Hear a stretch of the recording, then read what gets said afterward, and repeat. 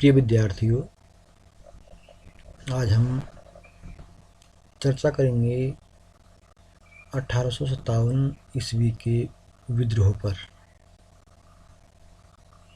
भारतीय स्वतंत्रता संग्राम भी इस विद्रोह को कहा जाता है तथा भारत के स्वतंत्रता आंदोलन का आरंभ इसी विद्रोह से माना जाता है। यह विद्रोह भारतीय इतिहास लेखन के संदर्भ में भी अलग अलग मतों को व्यक्त करता है, क्योंकि इस विद्रोह का जो विवरण विभिन्न विचारधारा के इतिहासकारों द्वारा दिया गया है, उनसे भारतीय इतिहास लेखन पर भी अलग अलग विचारधाराओं के प्रभाव को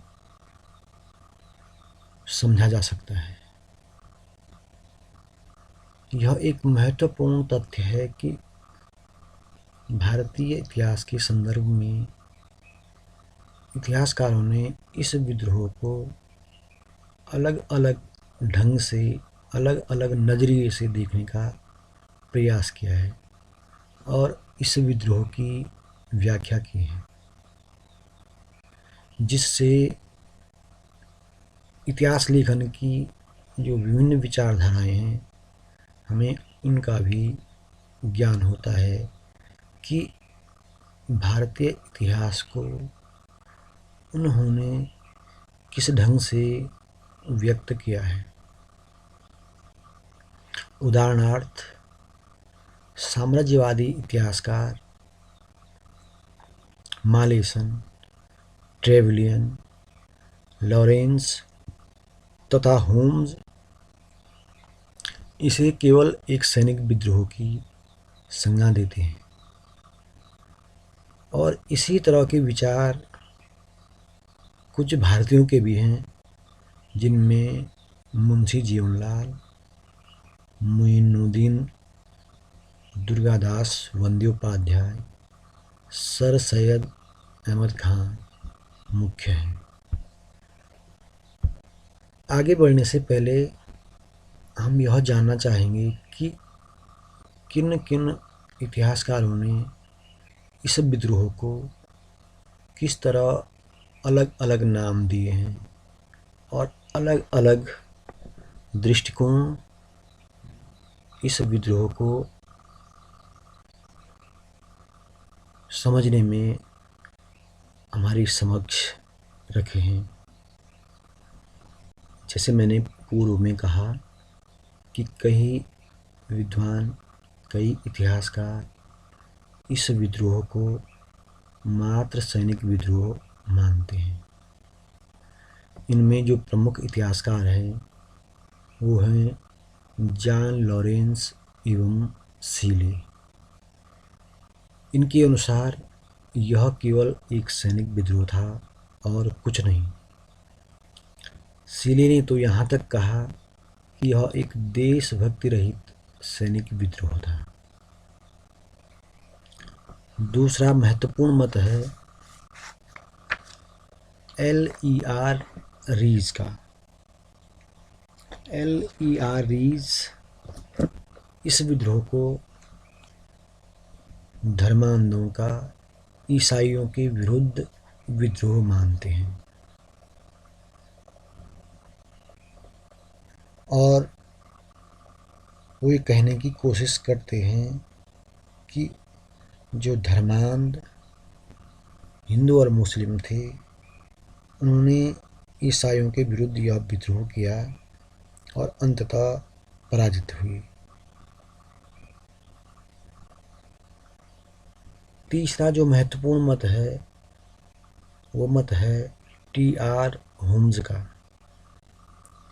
T.R. होम्स ने इस विचार को लोकप्रिय बनाने का प्रयास किया है कि यह तो केवल बर्बरता और सभ्यता के बीच युद्ध था और अंततः सभ्यता जीत गई।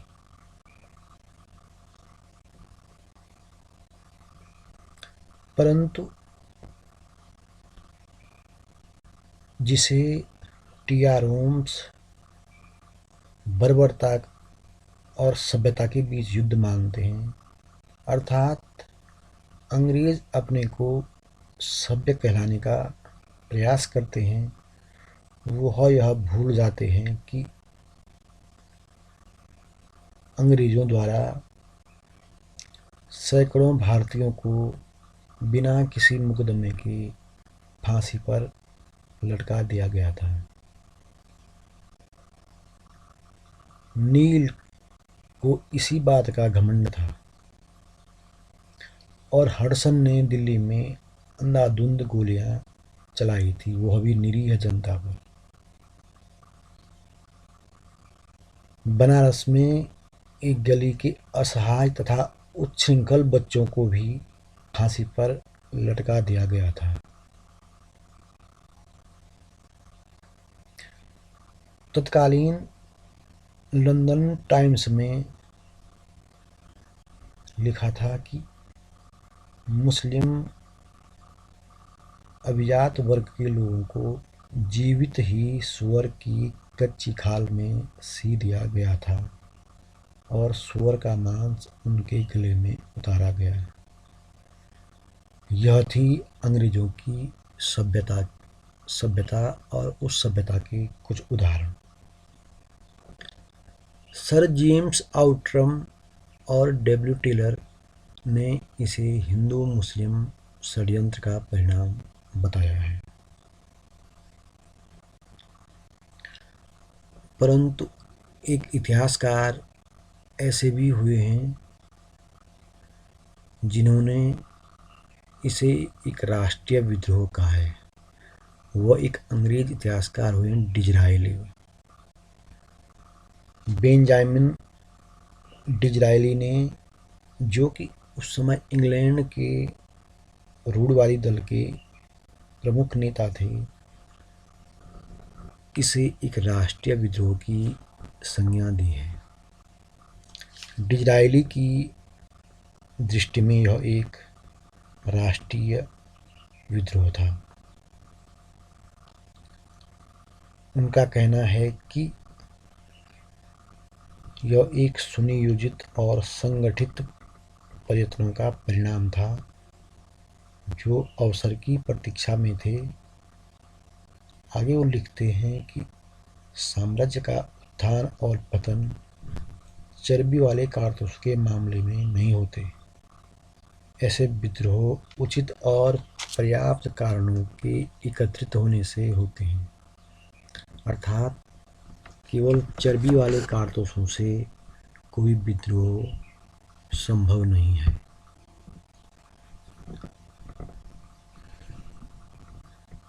वीर सावरकर ने इस विद्रोह पर विस्तृत से लेखन कार्य किया है और इसे एक सुनियोजित स्वतंत्रता संग्राम का है और आज भी हम इसे भारत के प्रथम स्वतंत्रता संग्राम के रूप में जानते हैं। एक महत्वपूर्ण इतिहासकार और हुए हैं R.C. मजूमदार। उनका मत है कि यह स्वतंत्रता संग्राम नहीं था, बल्कि इसका स्वरूप केवल सैनिक विद्रोह की तरह था।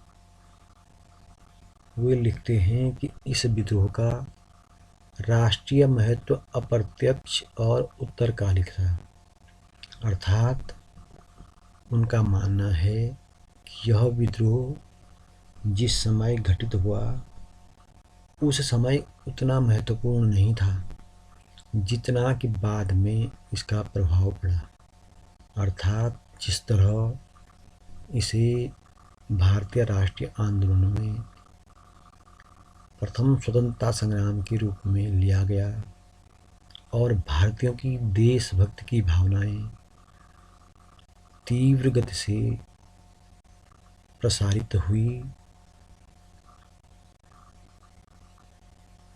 इस दृष्टि से वो इसका महत्व उत्तरकालिक मानते हैं। कहा जाता है कि जूलियस सीजर जीवित के स्थान पर मरा हुआ ज़्यादा शक्तिशाली हुआ। यही बात इस विद्रोह के बारे में भी कही जा सकती है। ये कहना है आर.सी. मजूमदार का।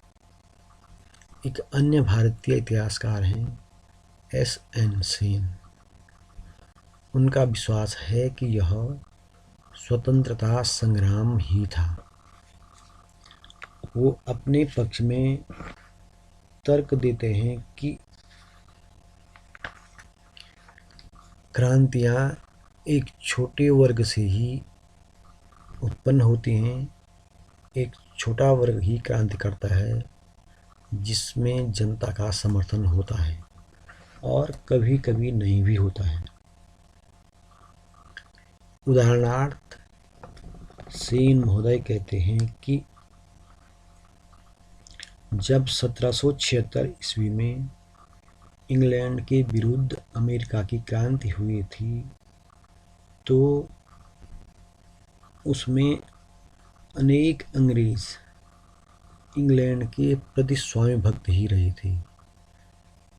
ज्ञातव्य है कि अमेरिका की क्रांति अमेरिका में बसे अंग्रेजों द्वारा ही की गई थी और जिनमें से कई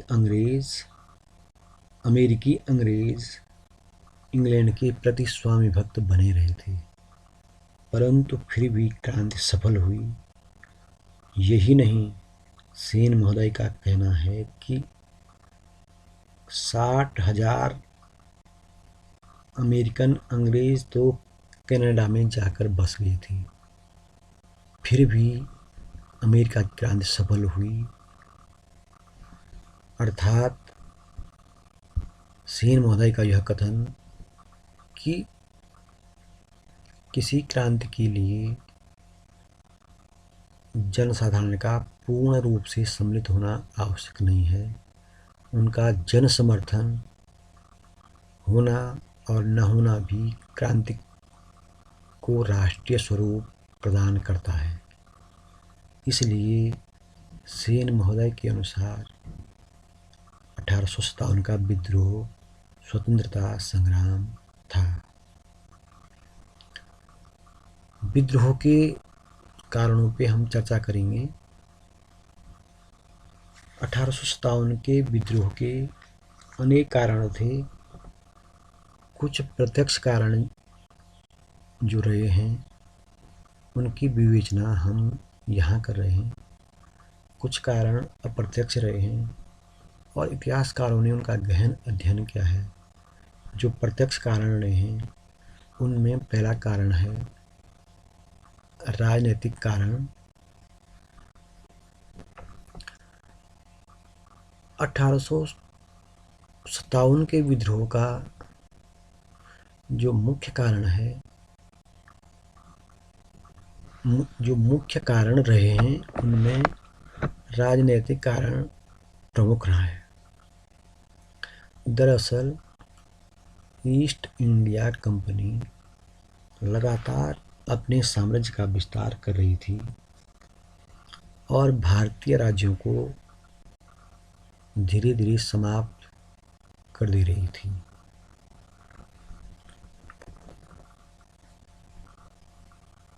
कंपनी की नीति भी यही थी कि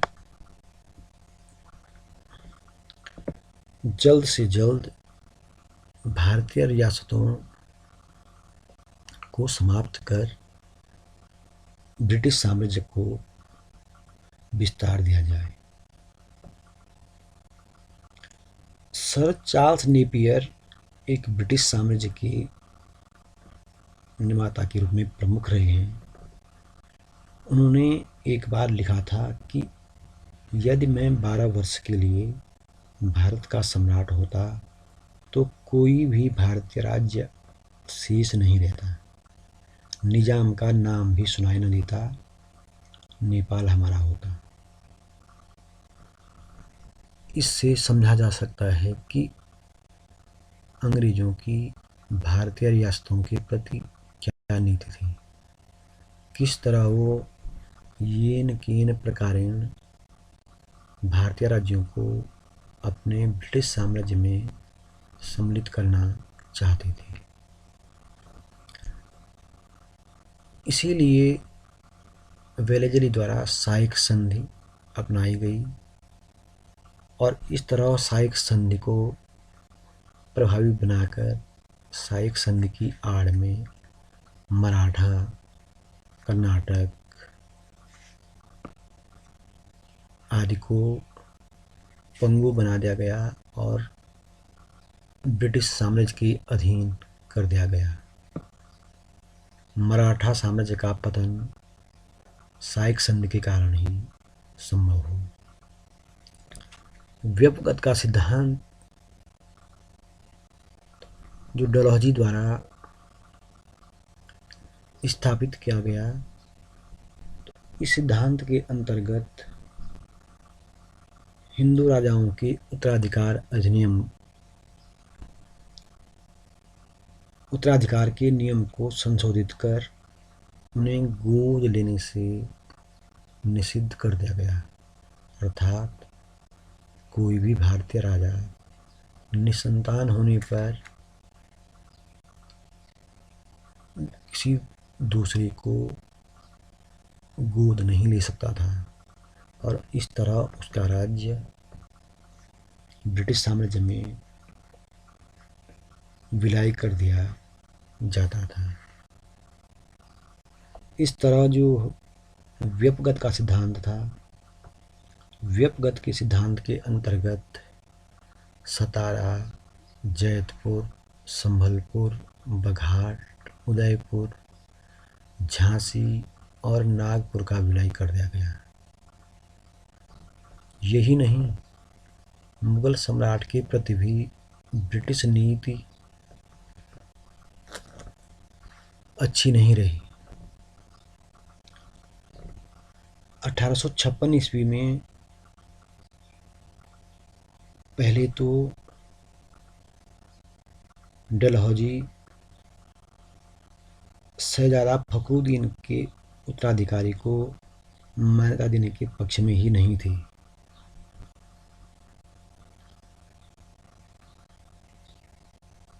परंतु फिर भी फखरुद्दीन की मृत्यु के पश्चात लॉर्ड कैनिंग ने यह घोषणा की कि फखरुद्दीन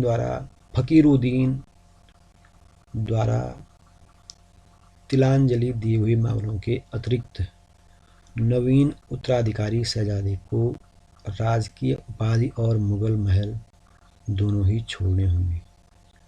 अर्थात मुगल सम्राट को अपनी उपाधि भी और महल भी छोड़ने के लिए लॉर्ड कैनिंग ने बाध्य कर दिया था। इससे भारतीय मुसलमानों को लगा कि अंग्रेज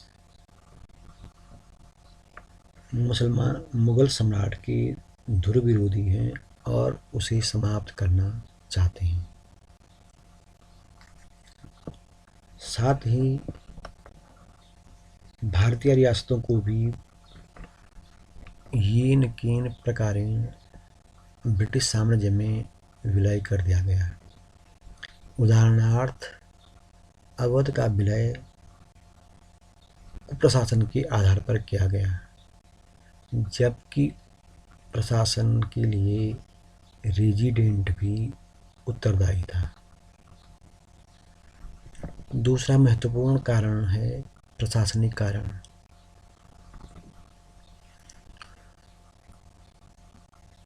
अंग्रेजों द्वारा उच्च पदों पर केवल अंग्रेजों की ही नियुक्ति की जाती थी।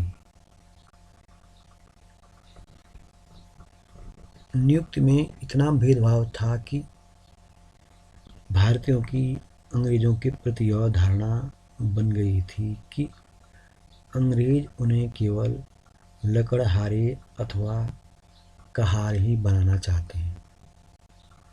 वास्तव में अंग्रेजों द्वारा भारतीयों के साथ इतनी हीनता का बर्ताव किया जाता था कि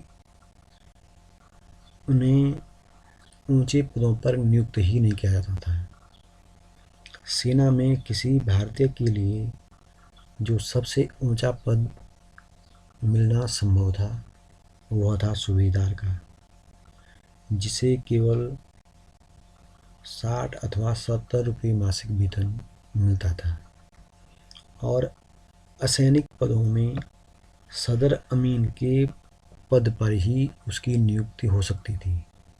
सदर अमीन से उच्च पदों पर किसी भी भारतीय की नियुक्ति नहीं हो सकती थी। इस भेदभावपूर्ण व्यवहार के कारण भारतीयों का अंग्रेजों के प्रति से मोहभंग हो चुका था। इससे पहले कभी भी ऐसा नहीं हुआ था कि किसी भी शासन में भारतीयों को ऊंचा पद न दिया गया हो। अर्थात इससे पहले चाहे मुगल रहे हों या अन्य, कभी भी किसी भी कभी भी ऊंचे पद प्राप्त करने में इस तरह भेदभाव नहीं किया गया था। इससे भारतीय जनमानस में घोर निराशा व्याप्त हुई। आर्थिक कारणों में तत्कालीन परिस्थितियों में अंग्रेजों द्वारा येन केन प्रकारेण अधिक से अधिक भू राजस्व वसूलने का प्रयास किया गया। बंगाल की लूट के बारे में तो लगभग सभी जानते हैं कि किस तरह अंग्रेजों द्वारा प्लासी के युद्ध के बाद बंगाल में खुली लूट मचाई गई। यही नहीं, अधिक से अधिक धन वसूलने के प्रयास में अंग्रेजों ने भू राजस्व वसूलने पर अधिक जोर दिया तथा सामान्य प्रशासन पर कम। उदाहरणार्थ, पानीपत के जिले में भू राजस्व वसूलने के लिए 136 कर्मी नियुक्त थे तथा पुलिस व्यवस्थायुक्त मात्र 22 व्यक्ति थे। अर्थात समझा जा सकता है कि अंग्रेजों के लिए धन महत्वपूर्ण था, शासन व्यवस्था नहीं। अंग्रेजों द्वारा भारतीयों की जागीरों का अपहरण किया गया। बम्बई में ही इनाम कमीशन ने 20,000 जागीरें जब्त कर ली थी। इससे भारतीयों में अंग्रेजों के प्रति रोष व्याप्त हो गया। मुगल काल में या उससे पहले भी शासकों द्वारा मंदिरों को या धार्मिक स्थान, मस्जिद या अन्य धार्मिक स्थानों को राजस्व मुक्त भूमि प्रदान की जाती थी। यह व्यवस्था प्राचीन काल से ही भारत में व्याप्त थी। इस व्यवस्था के तहत विभिन्न धर्मों के धार्मिक संस्थानों को कर मुक्त भूमि दी जाती थी, परंतु अंग्रेजों ने इस तरह की कर मुक्त भूमि को जब्त कर लिया था। यही नहीं, अंग्रेजों द्वारा भारतीय कुटीर उद्योगों के पतन में भी कोई कसर नहीं रखी गई। कार्ल मार्क्स ने 1853 ईस्वी में भारतीय कुटीर उद्योगों के संदर्भ में लिखा था कि यह अंग्रेजी घुसपैठिया था जिसने भारतीय खड्डी को तोड़ दिया और चरखे का नाश कर दिया। अंग्रेजों ने भारतीय सूती कपड़े को अंग्रेजी मंडियों से वंचित करना प्रारंभ कर दिया। फिर भारत में एक ऐसा मोड़ दिया कि सूती कपड़े की मातृभूमि को ही सूती कपड़े से भर दिया। सूती कपड़ा उद्योग के नाश होने से कृषि पर बोझ बढ़ गया और अंत में देश अकिंचन हो गया। यह विवरण है कार्ल मार्क्स का। अंग्रेजों ने बड़ी कुशलता से भारतीय कुटीर उद्योगों का नाश किया और जिससे भारत की अर्थव्यवस्था प्रभावित हुई। अगला कारण है सामाजिक कारण।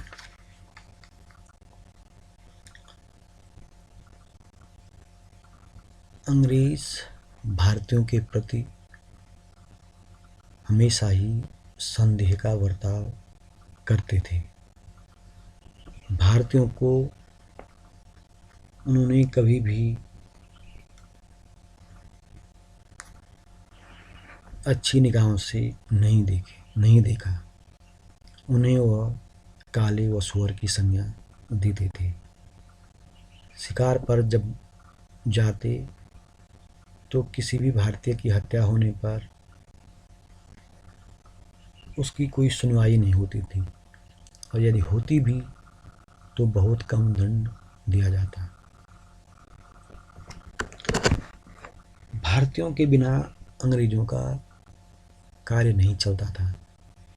उनके घरेलू कार्यों को भारतीय ही पूरा करते थे, परंतु भारतीयों के प्रति उनमें बेहद घृणा का अभाव था। इससे पहले भी कई विदेशी आक्रमणकारी आए, परंतु किसी भी विदेशी आक्रमणकारी ने भारतीयों को इतनी हेय दृष्टि से नहीं देखा जितना कि अंग्रेजों ने। जैसे मैंने अभी कहा कि भारतीयों के बिना उनका काम भी नहीं चलता था। सारे घरेलू काम, सारे सहायक के काम भारतीय करते थे, लेकिन फिर भी भारतीयों से ही उन्हें घृणा थी। इस कारण भारतीय समाज में अंग्रेजों के प्रति असंतोष व्याप्त हो गया था। धार्मिक कारण। हिंदुओं को अंग्रेज बर्बर कहा करते थे और मुस्लिमों को कट्टरपंथी, निर्दयी और बेईमान समझते थे। अंग्रेजों का एक उद्देश्य भारतीयों को ईसाई बनाना भी था। यह तथ्य बहुत महत्वपूर्ण है कि यूरोपीय जहाँ भी गए उनके साथ ईसाई मिशनरी साथ साथ गई। ऐसे ही भारत में पुर्तगाली, अंग्रेज, फ्रांसीसी जो भी आए उनके साथ ईसाई मिशनरियाँ भी आई और उन्होंने ईसाई धर्म का प्रचार किया। ईसाई धर्म के प्रचार से भारतीयों को यह लगा कि अंग्रेज उन्हें जबरदस्ती ईसाई बनाना चाहते हैं। इस बात को तब और भी बल मिला जबकि 1850 में धार्मिक अयोग्यता अधिनियम पारित हुआ। इस अधिनियम के तहत हिंदू रीति रिवाजों में परिवर्तन लाया गया, अर्थात अब जो है धर्म परिवर्तन से पुत्र अपने पिता को संपत्ति से वंचित नहीं कर सकता था। इस कानून का लाभ मुख्यतः ईसाई बनने वाले भारतीयों को देना था।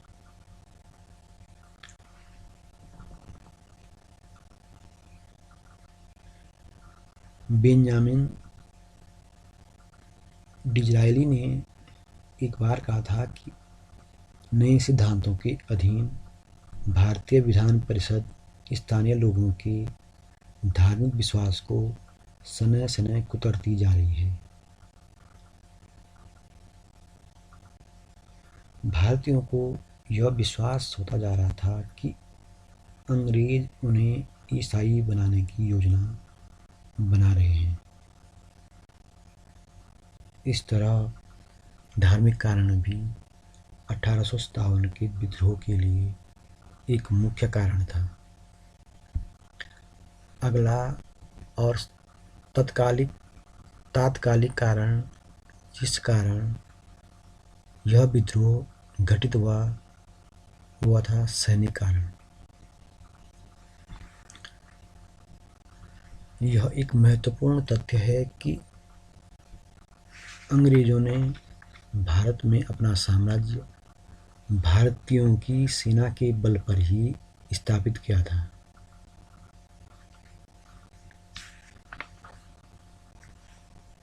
(1856) में भारतीय सेना में 2,38,000 भारतीय थे और मात्र 45,322 यूरोपीय सैनिक थे।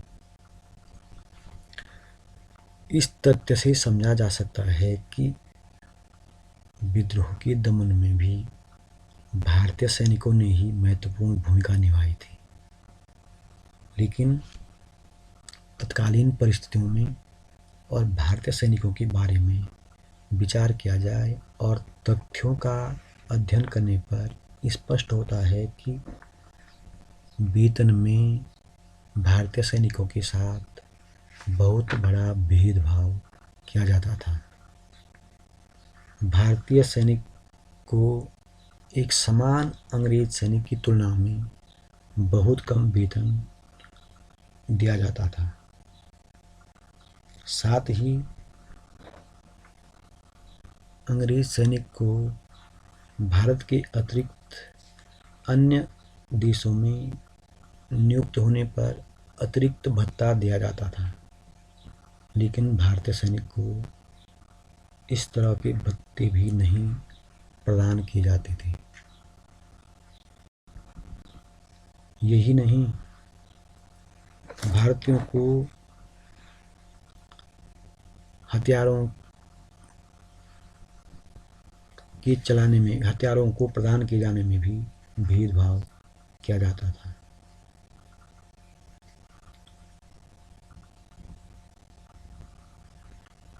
(1856) में सेना भर्ती अधिनियम के तहत भारतीयों के लिए यह प्रावधान किया गया कि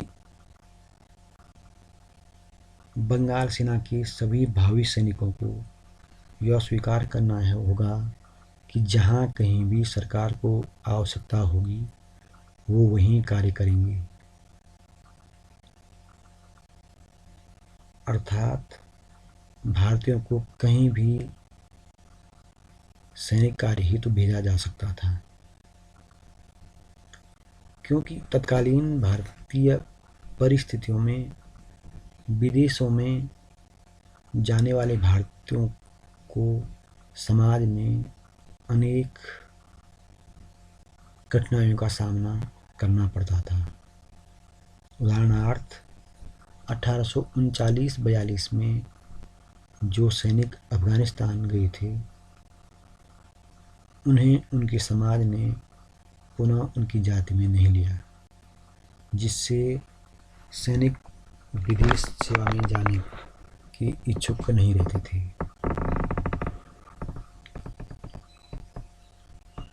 इस तरह वेतन में सामान्य नियमों में भारतीयों के साथ अनेक भेदभाव किए जाते थे। साथ ही विद्रोह का तात्कालिक कारण था नई एनफील्ड राइफल में चर्बी वाले कारतूसों के प्रयोग की अफवाह। दरअसल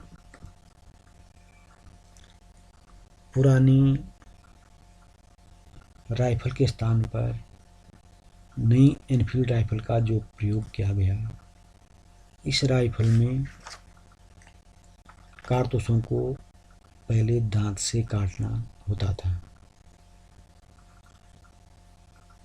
पहले 1856 से पूर्व जो ब्राउन बैस बंदूक थी उसमें इस तरह की व्यवस्था नहीं थी, परंतु नई एनफील्ड राइफल में कारतूसों को दांत से काटने की जो प्रक्रिया थी, इसमें भारतीयों में एक अफवाह फैली कि कारतूस में गाय और सूअर की चर्बी लगी है।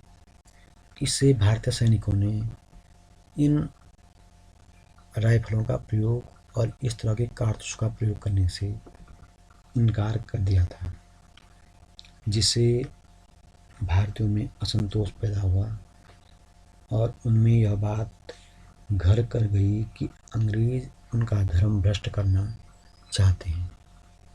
इस तरह विभिन्न कारणों से, जिनमें अंग्रेजों द्वारा भारतीयों की उपाधियां समाप्त करना, पेंशन समाप्त करना, भारतीय जनता के साथ भेदभाव करना, अनेक कारणों से यह विद्रोह घटित हुआ और इस विद्रोह का परिणाम, यद्यपि विद्रोह असफल रहा, परंतु भारतीयों के लिए यह एक स्वतंत्रता आंदोलन का प्रतीक बन गया। धन्यवाद।